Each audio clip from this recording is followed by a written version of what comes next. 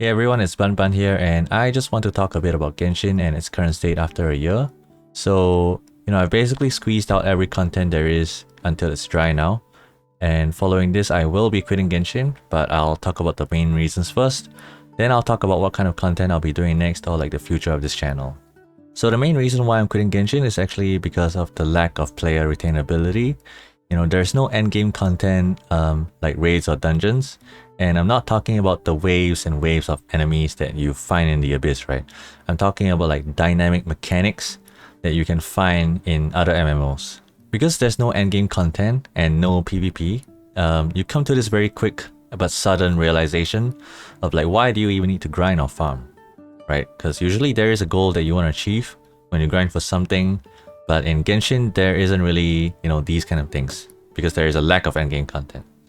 So compared to other games or even gacha games like Summoner's War or Epic 7, Genshin probably has the least amount of things to do after you reach a certain point in the game, like when you reach like max level and so on. If you compare the success of MiHoYo versus other companies, like in March of this year, which was 6 months after Genshin's launch, MiHoYo actually hit 1 billion in sales from Genshin alone. And all they did was to make more story content every 2 months with a new small zone, right? It's not even like a whole new zone. It's like bit by bit, part of Inazuma after parts of Inazuma. And also on this topic, like they took 1 year to release Inazuma, right? If this is used as an indicator of one zone per year, then it would take about an additional 4 more years to come to the conclusion of Genshin's story. Taking 4 more years to conclude the end of the story when, the lifespan of an average player in Genshin is probably about, 3 to 6 months, or maybe even a year, I guess, if you're, if you really progress slowly. I think that doesn't really make sense. I felt like they could have done a lot more with that amount of money. All they had to do was to introduce more endgame content and like different but important currencies, right? For some kind of mechanic. Imagine if they come up with a mechanic that will let you stat swap one artifact substats that you don't want, like HP or defense, into something else, right? And to use this feature, you need a currency that is locked behind, their hopefully new endgame content, like raids and dungeons and whatever. Wouldn't that extend the lifespan of a player in Genshin? This mechanic is something that people generally want, and like, you can also add in a million other things to prove my point. So the last thing I want to talk about related to Genshin is actually the anniversary rewards, right? Because we all know they are pretty tragic. And I think this was the nail in the coffin for me because it really tells us a lot about MiHoYo. Because of this, it kind of reminded me why I will not recommend people to play Genshin. So the reason is because like the game will tempt you to get these new fancy characters. Even if you say you're gonna go strictly free to play, there's gonna be a bunch of you, like maybe 3 or 4 out of 10 people who will like succumb to the temptation. And like once you start spending on Genshin, you kind of keep rolling on with it, right? Like at first you say things like I'm only gonna spend $5 in Genshin and no more. And then next month you're gonna be like, okay, I'm gonna support this game and I'm gonna spend another $5 every month from now. And then this amount keeps increasing as you play and as you want more characters, right? You cut your spending power. I mean, if you have an insane amount of spending power, sure, but like if you don't have an insane amount of spending power, just be careful with this because because the game is designed to make you want to spend.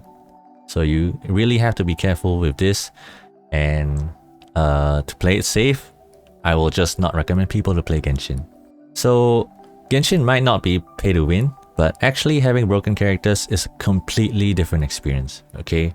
I tried playing on my sister's account with, and her account doesn't have Venti, right? And I tried to do the daily routines and everything. I didn't even play for more than 1 hour that day, and it was like, it felt really unplayable. For me, I have been using Venti every single day, like to do my daily routines and farms and everything. Like, imagine clearing a domain in 30 seconds, but on my sister's account, I can only clear every 2 minutes per run. So it is effectively 4 times worse. Yeah, it is 4 times worse than if I were to do it in my normal account. And it really feels like it is basically just unplayable. Now moving on with this channel, I will be going into New World because number one, I used to come from Guild Wars 2 and I was a speedrunner in Guild Wars 2. I was doing world records and everything. I even have my own speedrun profile, but I don't really want to share too much about that because that's not really the focus. I'm going to be playing New World with Josie, which is, you know, my girlfriend, and also a few friends who played Guild Wars 2 together with me as well. And we basically achieved a lot in Guild Wars 2, so I would say that the endgame content is really something that I want to dive into in New World. Hopefully I'll get to do some speedruns there or some kind of advanced things in New World. But for now, I'm not really too sure about the endgame content in New World, so I'm just gonna take it easy. I will also be making content on New World, like you know, weapons and everything. There's probably a huge range of things to make in New World. So if you are also going to New World, then you know, you can just join me in this journey, I guess.